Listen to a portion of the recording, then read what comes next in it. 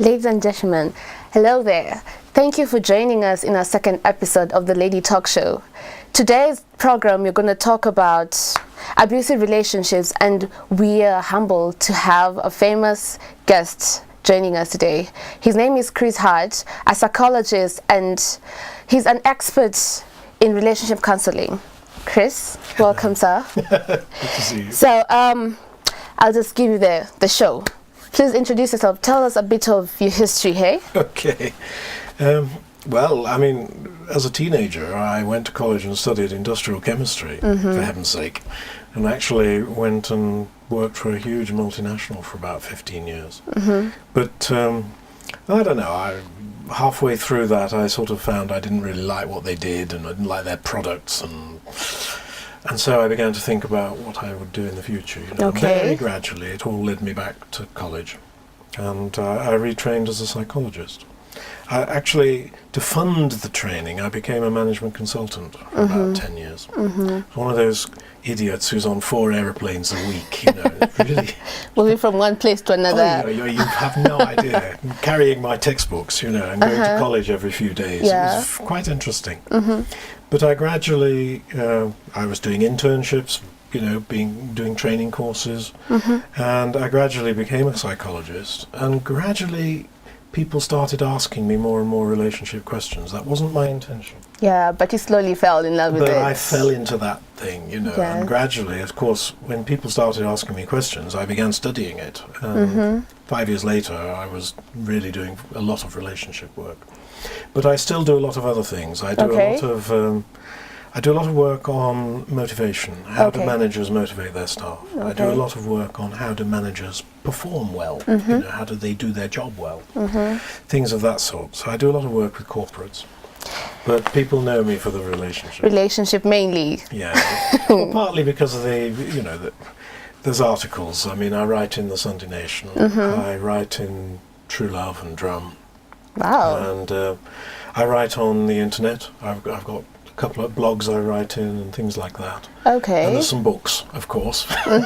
What kind of book have you written so far? Well, there are 3, plus one where I cooperated with somebody else jointly. Yeah. There's one for women who are 30 plus and still searching and single. So there's that book. And then there's 2 books. It's actually a set. It's going to be 4. 2 have been published so far. And that's about all the things that go wrong in marriage, in relationships, Yes. in life, in career. It's called Don't Panic. And That's interesting. It's a good book. Very, very interesting. So, upon our topic today, we're talking about abusive relationships. Yeah. You know, can you literally give us a layman's simple term of the meaning abusive relationship? Well, I think people have a tendency to think of abuse as violence. Yeah, In other words, physical violence. But in fact, it's much broader than that. I Oh. think the best way to think about abusive relationships is it's any relationship in which you're not happy. If you're with somebody who is not treating you well, Yeah. it might involve violence. It might involve anger. Yes. It's likely to involve a lot of control and manipulation. It's probably going to involve a lot of flaky behaviour.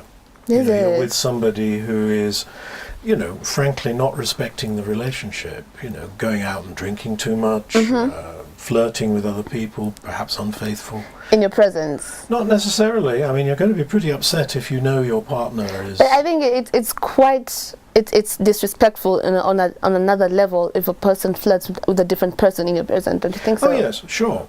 But it doesn't need to be in your presence to be abuse. True. That's But- very but true. Just to stay within what most people would think of an abusive relationship, you're talking about any behaviour that makes you feel unhappy, makes you feel anxious, makes you feel fearful. You might be afraid of physically being assaulted, Yes. but you might also be afraid of being verbally assaulted, you know, True. abused in the sense of belittled, people using bad words against you, criticising you.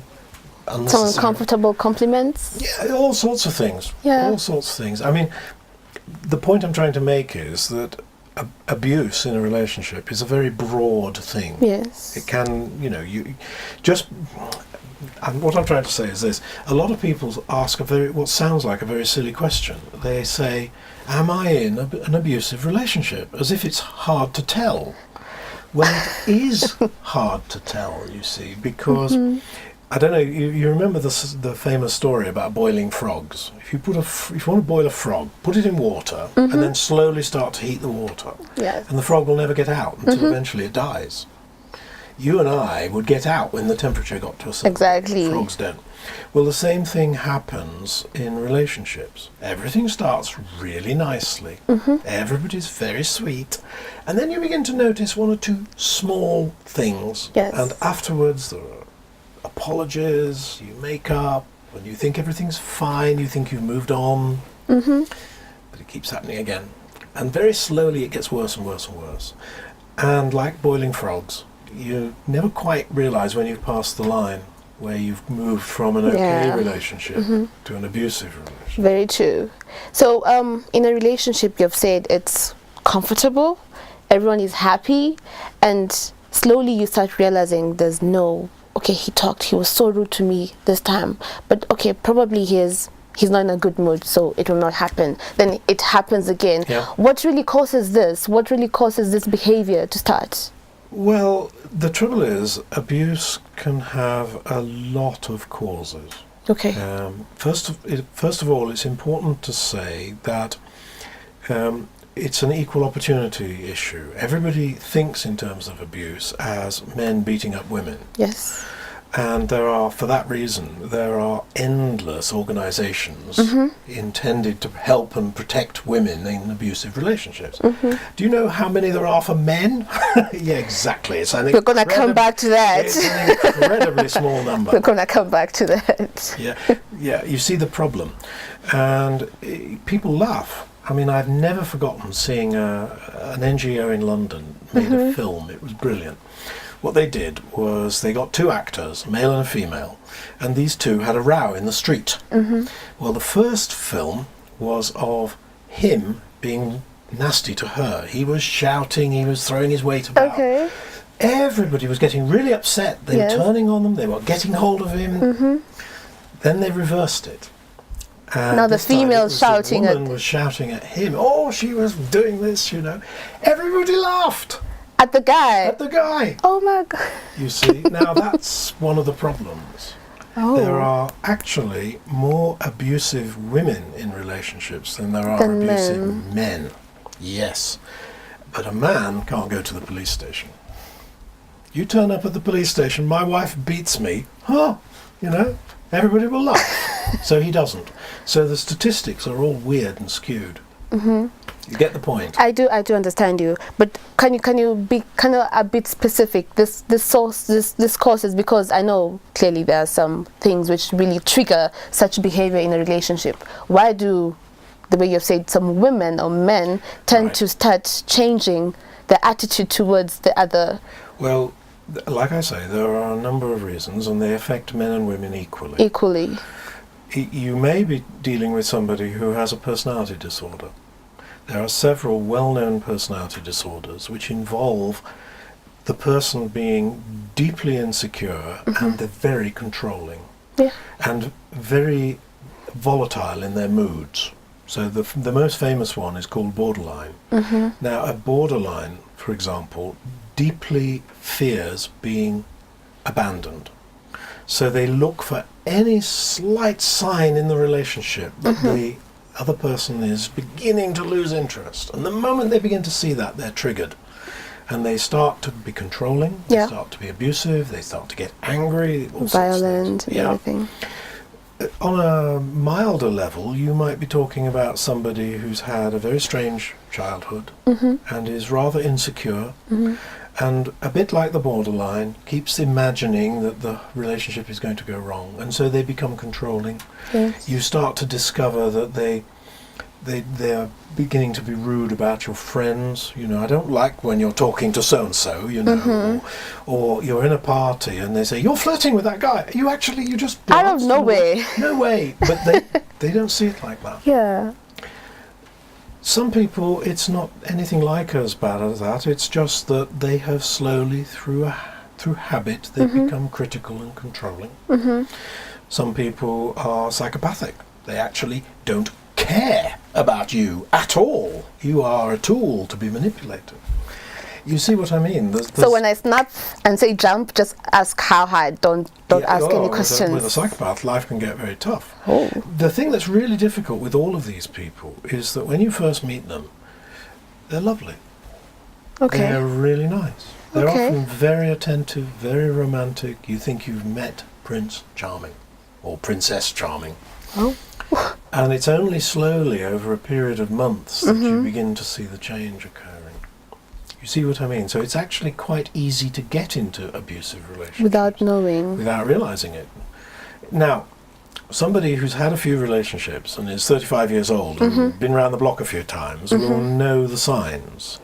But we don't teach them in schools. So if you're 22 years old and this is your first serious relationship, Now that you've mentioned about the signs, that's where we're heading next to. What are the signs of an abusive partner? You know, the people who, when you start dating, everything is okay. Right. How will you see that? No, you know what? This is going to end up in a very abusive relationship. sure.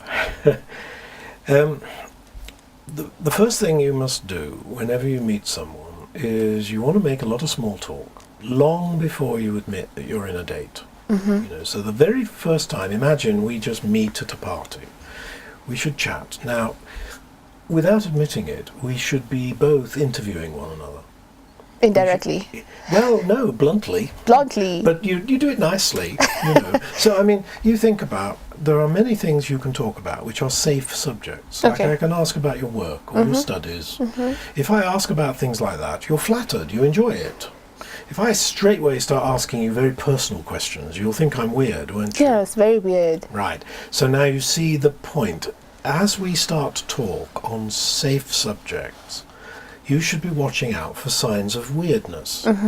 If I'm not following the rules properly, in other words, I'm starting to ask questions that are too personal too soon, or I'm beginning to give you the impression that I'm head over heels in love with you and I've only met you 15 minutes ago. You know what I mean? Okay, let me cut you short there. So there are rules in getting to know someone. Yeah. That's quite interesting. One of them is called a mutual gradual disclosure. That's rule number one. It's one of the rules. Oh, one of There the are many, rules. Okay. But that one is a very interesting one because, you know, when we meet, for example, safe subjects I mentioned a moment ago include work. If I ask you what do you do, you think nice. But if I ask you, you know, something about your boyfriend or something like that, you're going to think, you know, this is really weird. True? Okay, that's very true. But then, you know, it only takes a person who has been from one, like, has a broader experience of relationship to take that as that's very weird. Why would he be asking? But you know, when someone who's not really been in this kind of field for a very long time will just take it as a normal conversation. Yeah, that's right. It's one of the reasons why everybody, as they go through their late teens and college and so on, should have a lot of relationships. They should have a lot of social interactions. Okay. Because they need to learn those skills. They need to have lots and lots of conversations with people that they don't really have any intention of dating, just so that they begin to notice the ones who are normal and the ones who are weird. Or not normal. You see what I mean? So from what age, to be specific? Well, optimally, people should start really being serious about relationships around about 17 or 18. Now, in practice, people start about 13 these days. Okay. But the reality Which is absurd. It is a bit absurd. And it's a waste of time because obviously nobody really knows what they're doing. Yes. And it distracts you from your schoolwork and all the rest of it. But you can't stop people. But so long as young kids are well educated by their parents on what's okay and what isn't, there is actually a lot of benefit for them in becoming very socially active. That's very true. Because they start to learn those skills. Yeah. And by the time they are looking for real boyfriends and girlfriends at 17, 18 years old, good chance by then that they really do know the difference between good and bad. And that's very important. But do you really think, according to the African ways, do you think 17 and 18 is the proper way? I mean, you know, not from how we have been brought up in traditional kind of ways. It's 17, 18, they still considered children. Yeah, but your great-grandmother was probably Married married off and at had 2 19. or 3 children by That's the very time she was true. 19. That's So very, actually, very true. what we are doing now is actually completely abnormal. It's not the way humans were constructed. We True. were constructed to start having our families at about 19. So we actually delay it. In fact, one of the noticeable things about society now is that people spend a lot of their time single. They never did that in the past. It was literally, you grew up in your father's house until he handed you over to somebody at the age of 19. You were never single. Who he thought was proper for you, not... Yeah, dead right. But you get the point. Yes, I do get the Now point. people go to college, they're on their own. They go into Yes. work, they're on their own. They may be single for 10, 15 years. Quite unusual. Develop a lot of bad habits. Others go to the age of 40, Yeah, and it's normal yeah, to them. Yeah. You're dead So right. let's go back to the rules of getting to know someone. Well, the most important thing, as I say, is start an innocent conversation about work or what you're doing, the gig you're watching or whatever. And it'll feel nice. And the first thing you should be doing is testing each other out.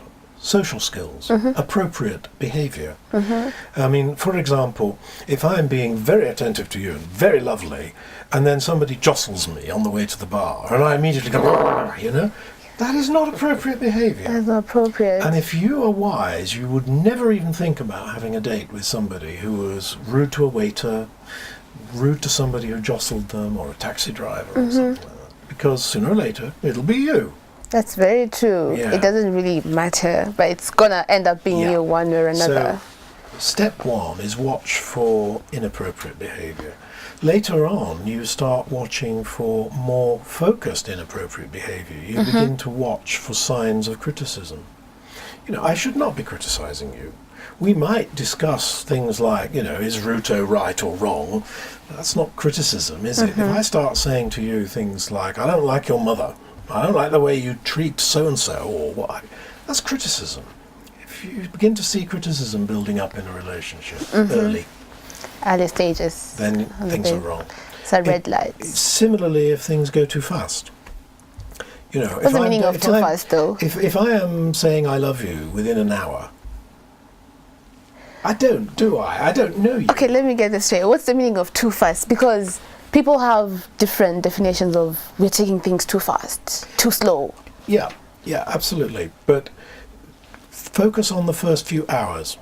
First few hours means our first meeting, maybe our first date, maybe first or second date. We're in the first few hours. Now, if I'm saying things like I love you in that first 1-2 dates, I mean, clearly it's rubbish, isn't it? Because I don't know you yet. Yes. And I surely shouldn't have had those sorts of emotions. Now, that should warn you that there's something wrong going on in my head. You get people who start treating you as if you're a wife and you've only known them a week. They're talking about plans for the future and moving in together and stuff like that. Clearly, that's rubbish, isn't it? Oh. It's a big sign that you're with somebody who's weird. Very. Yeah. So let me ask a question. This is quite common. Is there something called love at first sight? Yes, it does exist. It's 100% chemistry. It's literally that. I want you to imagine you and I, you're standing with some friends in a party, and I walk into the door and I stop, and my eyes just happen to catch yours. You and I might have this sudden flash. Now, what has happened is that you just absolutely fit my template of everything I look for in a female, and I the same for you. Now, if that happens, we are going to go, wow, and then as we walk together, I'm afraid our bodies start playing awful tricks. They start smelling one another. They start picking up pheromones. And if these pheromones match, by the time we're 3 or 4 feet apart and in each other's bubble, we are hooked. It feels really weird. But now, the thing you have to realise about love at first sight is that it's incredibly superficial. You could open your mouth and say one word, and I lose it instantly. Just like that? Just like that, because you just happen to say something which is so wild, that it just breaks the mood. So love at first sight is very like that. the number of love at first sights that go on to 30-year marriages is vanishingly small. Oh. But it's very exciting while it's happening. That's so true. Yeah. So there is something like that. But you know, if it's happened to you, there we are, standing absolutely gobsmacked. We have to then start the process. We have to start learning about one another and exploring each other's opinions and so on, so that we gradually discover whether there's a solid basis. Mm-hmm. So we can't call that as taking things too fast, you know? No, because some people differentiate that between taking things too fast. If you have a love at first sight moment, first of all, it's incredibly rare. Okay. I mean, most people never experience one. Maybe in a lifetime, 1 or 2% in a 40-year mating lifespan, you know what I mean? So if you have an experience like that, you just simply have to go along with it. But when you get home in the evening, you have to sit and think a little bit and say, is this real, you know? Because it's just so overwhelming emotionally. But then you have to get back on the right time track. And then now go back to the normal stages of getting to know a person, all that. Yeah. Okay, that's very interesting. So about abusive relationships, we had talked about the signs of one picking out that this is someone who's weirdness, for example. Who's weird. So after that, you now go into the abusive relationship. You experience it for someone who did not see the signs at first.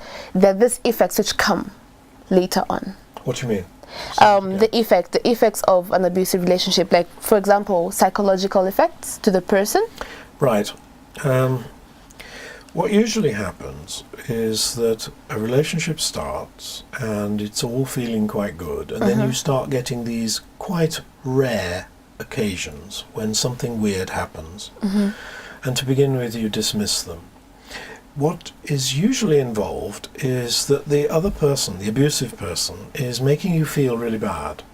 For example, they get angry with you, and you can't see any reason for their anger, but they convince you that you did something that made them angry, or suspicious, or whatever it is. And very gradually that begins to really get to you. You begin to ask yourself questions which sound really stupid, like, did I really do that? Was I really flirting with this guy? When you know in your logical mind that you did weren't. not.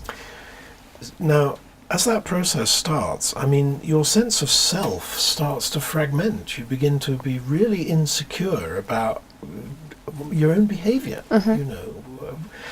Am I behaving normally? Am I doing the things that I'm being accused of? I think you can see how gradually you start to fall apart in that situation. Sanity kind of level. Sorry?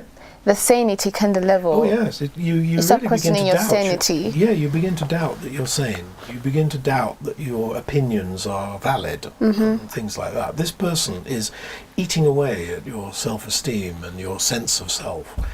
And abusive relationships that continue any length of time, particularly the ones that are not physically violent, can tear somebody apart, and yet they look normal. You know, they look from the outside. From the outside, they look perfectly normal, but inside, they're a complete bag of nerves. Apart from the psychological effects, there are also emotional effects, I believe. Well, they're on lots of different levels. I mean, people end up walking on eggshells. Like, for example, if every time I open my mouth, you bite my head off, then I start being very careful about what I say to you. I know that if I mention your mother, there's going to be a row. I know if I mention money, there's going to be a row. So I don't mention them.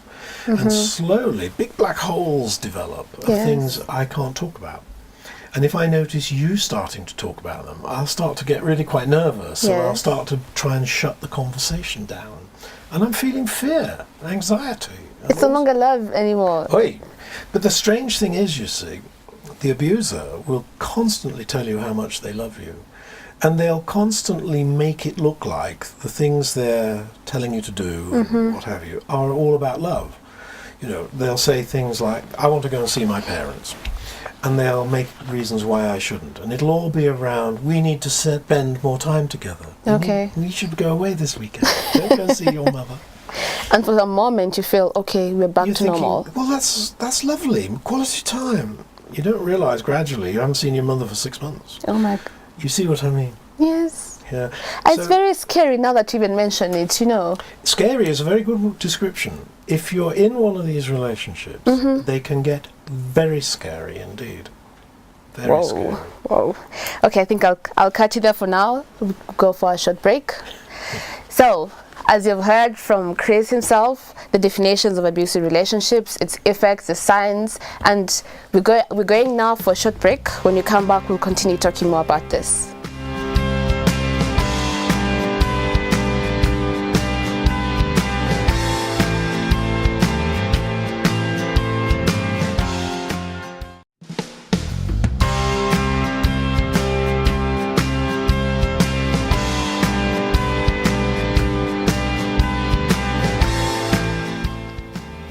Welcome back to the Lady Talk Show.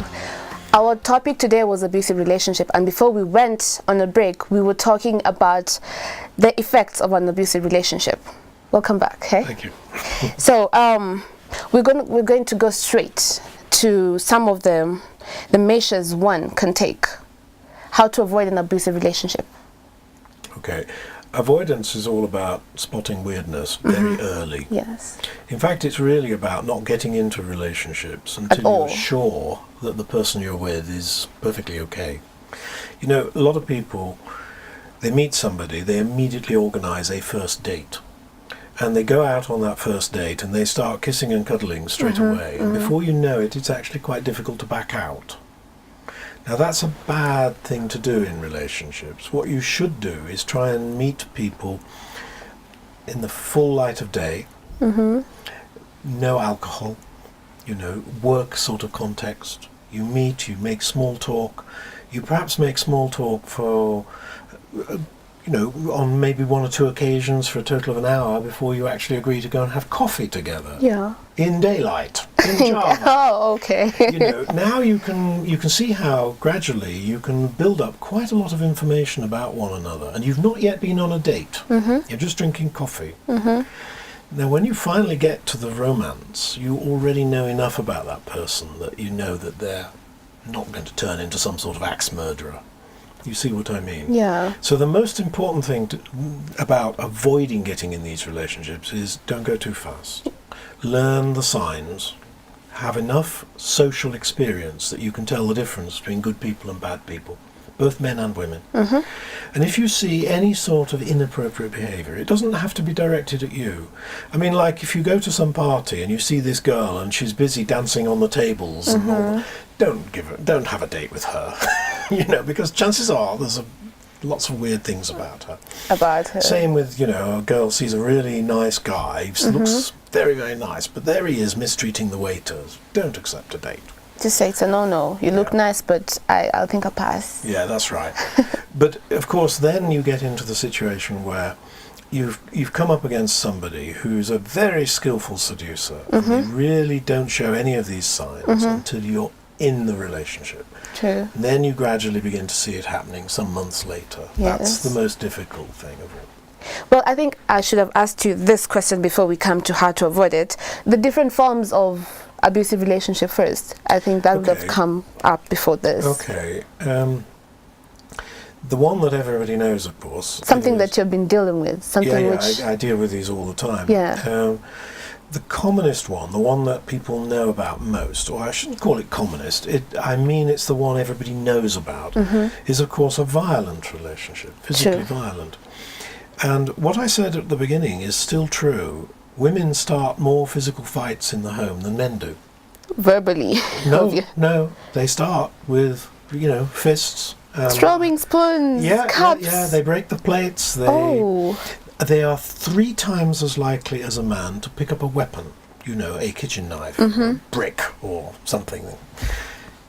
So let's just accept that we're not talking about men beating women. We are talking about men and women being violent together. Now, that's the one everybody knows about. And of course, it's very, very distressing when it starts to happen. Yeah. And it's one of those things which you should take extremely seriously. the moment you begin to realize that the two of you have got the potential for violence. What you should start to do is to try and immediately figure out why this first incident happened. Yeah. If it's quite obvious why it happened, that there was real stress and the person's reaction to the stress was explainable, then it's reasonable to sit down and talk about how it all happened and go on. But if it's not obvious why it happened, then you're probably talking with somebody who's struggling to control violence because of their personality, a borderline, for example. Funny thing about the violence form of abusive relationship is that most men don't really take it that serious. But then a woman, when a husband or a boyfriend is violent towards her, for some reason she always looks for an excuse. They both do. They both do. They both do. You see, the fact is that there are a lot of organizations supporting women or writing about women who are being affected by violent relationships. So it's almost normal for a woman to talk about violent relationships. Okay. It's very unnormal for a man to talk about it. So you never hear about what men experience because they just simply don't admit it's happening. Mm-hmm. I am not joking. I have seen people in hospitals with stab wounds denying that their wives beat them up. It was an accident. Because it's just too uncomfortable for a man to admit that his wife did. And that's very sad because they're really suffering. Right. So what I'm trying to say is that I think men and women experience exactly the same things, but the men don't talk about it. Yeah. Now, the most important thing is that the moment you begin to realize that violence has occurred or is occurring in your relationship, you must do something about it. You must do something about it. You must quickly get on the internet, you must read up and learn what the signs are, try and find out what type of violence it is. Maybe go and see a counsellor. Counsellors see such a lot of violence, they can categorize it in seconds. Yeah. And if they say to you, this is caused by stress, this is what you need to do, then carry on. But they might immediately say to you, I don't think you should see this guy again. I really don't think it's safe. And that is the best thing you can do in a violent relationship, is make that distinction very quickly and act on it. That's not really that easy, is it? It's never that easy. I mean, maybe by the time you've got to that point, you've been together for months, maybe you're pregnant, I mean, all of a sudden life is complicated. Maybe you don't have a job, so you don't actually have anywhere to go. Leaving is difficult. Now, we're talking about real problems here. Now look at a situation where it's a woman, a wife, who's been told to stay away from the husband because he's very violent. She should just stay away. What is she supposed to do in that kind of situation? Well, first of all, it may not be 100% possible for her just simply not to go home that day. Maybe there are children coming home from school. The first thing she should do is to start thinking about emergency response. What do I do if, when I get home tonight, I begin to realize this evening is going to go pear-shaped? She should have an action plan. So she should, for example, she should have spoken to, say, a sister and knows that she can go and stay with her sister at a moment's notice. She should know the addresses of one or two cheap hotels. She should have a bag prepared with her passport and a few documents and a little bit of money and the things she needs for the baby. It should be hidden somewhere so that if she starts to feel, I don't like this, she can actually make an excuse and quickly leave the house without saying a word. You see what I mean? Because when things go pear-shaped in violent relationships, you can have a homicide in an hour. You don't want to be there. You see what I mean? Totally. So, in an emergency, you must know what you're going to do. You must almost practice it. You know how soldiers are trained to do things automatically? Yes. You have to do the same. Carry the necessities, leave the rest behind. Yeah, and I mean, it goes to things like knowing exactly where you're going to get transport, how you're going to park your car, going next, speaking to a neighbour so that you can just rush into another flat and get transport from there. These things have to be thought about. But now you've mentioned children being involved. In such a situation where a wife is busy packing, hiding things around the house, how is she supposed to explain what is going on to You don't explain. You just simply, you because some kids are big, you can't really lie to them. I want you to imagine there's signs of a row are happening in the living room, and the kids are aware of it. You don't say you're leaving. That would cause an even bigger row. What you say is, look, I desperately need the loo. So off you go to the bathroom. You stay in the bathroom for a couple of minutes. And then you quickly, while he's still in the other room, you quickly go to the children and you just go, and they're gone in seconds. Just like that? Yeah. Very interesting. I've never thought of that before. Thank you for that. So you have been working in Nairobi for quite some time. Sure. I believe you have been working around the way you mentioned previously. You have worked around East Africa, but mainly mostly in Nairobi. In Nairobi, the bulk of it here. There's some in the UK as well. I will ask this. What are the laws in Kenya about abusive relationships? Yeah. What is there about abusive relationship that you as a counselor normally work under? The problem is this. The law prohibits homicide. The law prohibits grievous bodily assault in every country on the earth.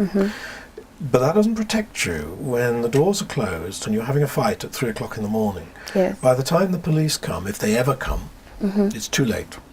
So, yes, you can go to court after the event, but even there it's going to be difficult. How do you convince your children that it's a good idea to send their father to jail or their mother? Very true. The law's effects are very limited in this area, because it's one of those grey areas where, the arguments are very difficult to establish. You and I have a fight, and then we end up in court. Your story is different to mine. How many witnesses were there? None. No. It's going to be very difficult. So politicians can pass laws till they're blue in the face. It doesn't alter the fact that at the time when it happens, you're on your own. So you have to be prepared. You have to have support. You see what I mean? You need to be all-rounded, just in case. You need to be thoughtful. You need to be situationally aware. You need to be thinking. You need to have prepared. You need to have practiced. Having such a situation, now you're saying that the laws they're not really that effective when it comes to abusive relationships. Does it make your work a bit hard when a victim comes to you who has gone through this a couple of times, she or he has gone to the court, but there's no justice? How do you help such a person? Well, the whole thing takes place on several different levels.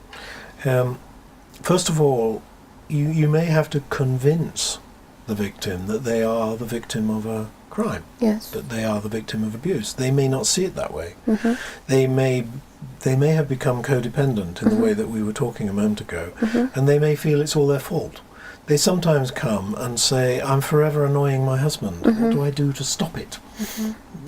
You can see how that's really weird logic, isn't it? Yeah. So you have to start by establishing what the facts are and what's going on, and make sure that everybody agrees what's really happening. And then you start to talk about plans, emergency plans and long-term plans. Emergency plans, you hope they never happen.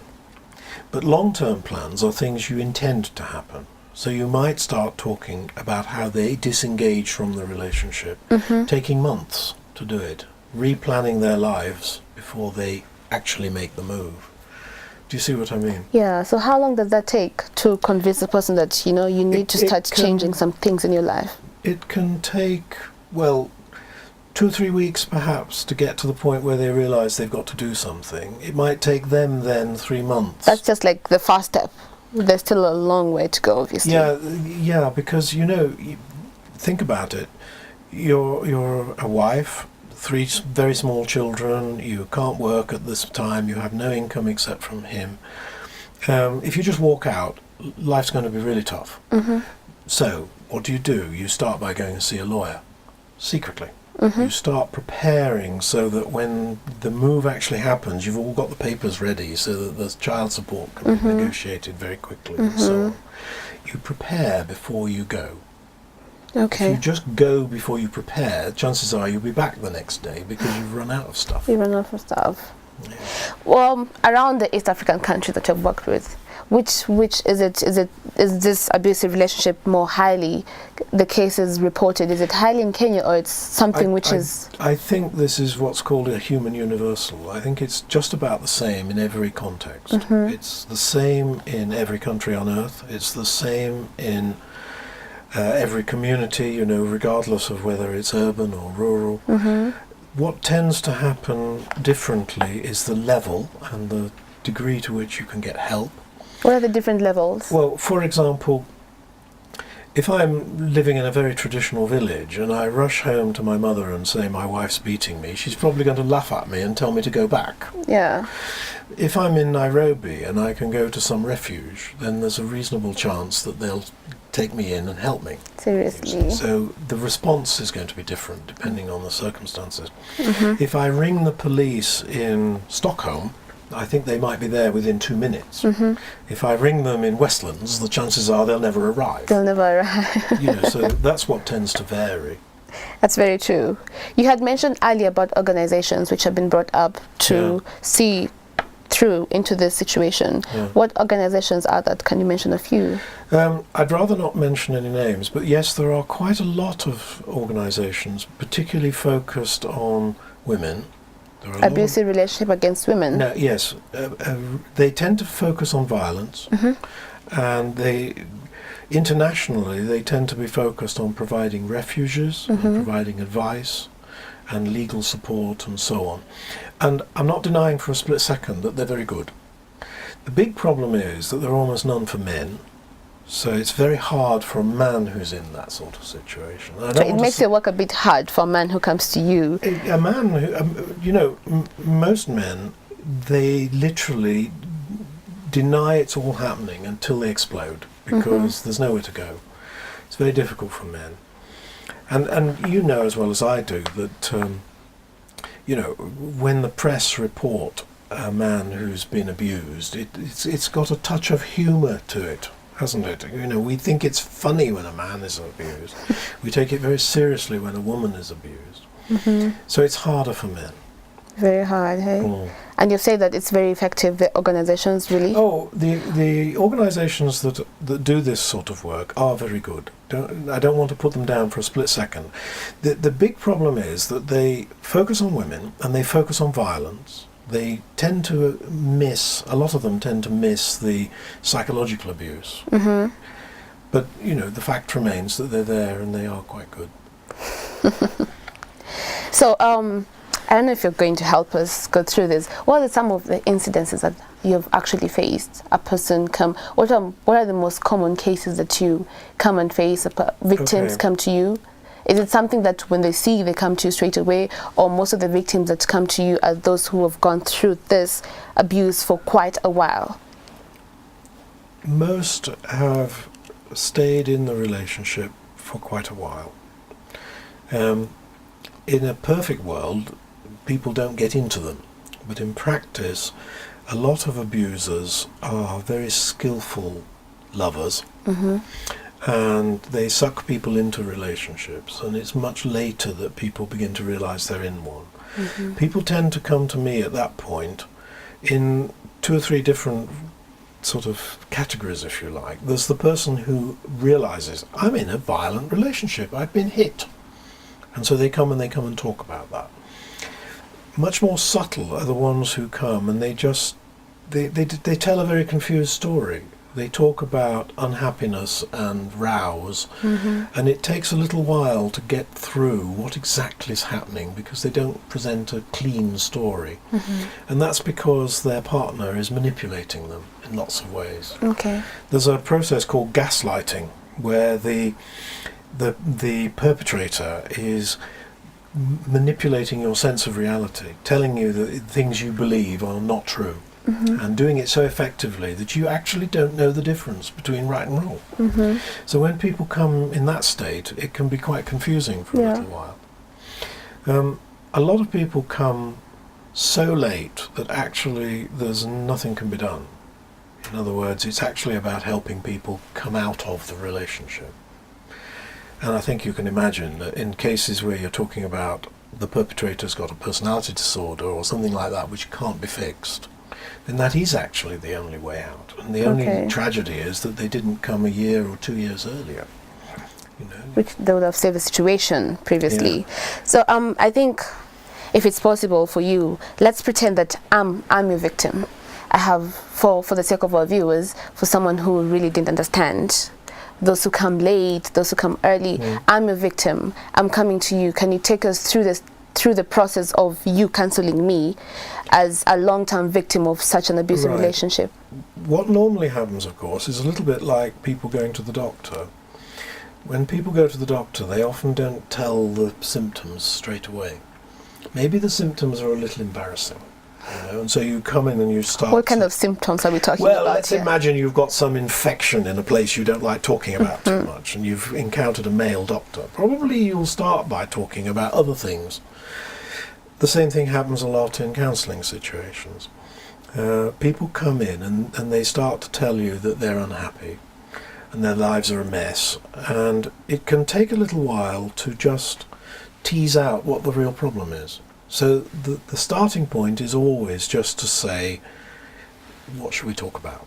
And lots of different ways of asking that question. But okay, before you continue, how long, what is the duration of a normal counselling session? A counselling session is an hour. Normally. For how long, depending on your situation? Well, you know, I mentioned that the techniques I use are very brief. Okay. So in 1 hour, you normally get to the point. Okay. So before the first hour ends, you are talking about what needs to be done. Okay.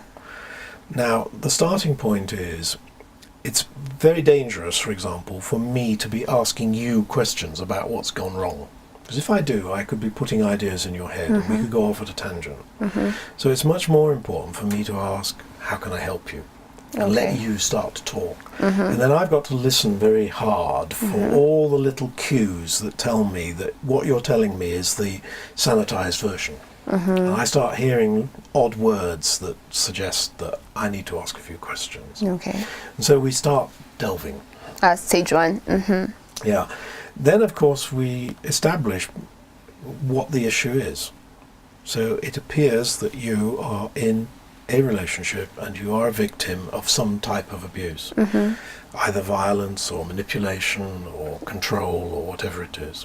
So we talk a little bit about what form it's taking. Okay. And then we start to try and figure out why it's happening. And I'll ask at that point lots and lots of questions. I mean, I may, for example, ask about all sorts of other things that your partner does. What I'll be doing is trying to figure out whether this person's got a personality disorder, for example. So, for example, a borderline who gets angry will also have other characteristics. I'll ask you a little bit about what do you know about their family and their past and previous relationships and things like that. And if you answer, you know, if I end up ticking all the right boxes... Do you have like a list of things? In my head. Oh, in your head, okay. Yeah. And if you end up ticking the boxes, then I'll end up thinking, yeah, right, you're married to a borderline. And then we end up talking about what can you do about that. Okay. You see, now in some cases, there's not much you can do. And so we will start to talk about how you start by making the situation more safe, and then you start thinking about what's the future. How serious is this? And is this something that's going to end the relationship, or is it manageable? Okay. You see what I mean? By the time you're halfway through an hour's counselling session, of course, the possibilities are endless. Okay. You know, we could be talking about a really serious situation, or we could be talking about something which is very manageable. Heaven knows at the start. At the end of the day, there's something which is going to be different. Yeah, you've got to fix things. That's the long and short of it. Well, thank you for that, Chris.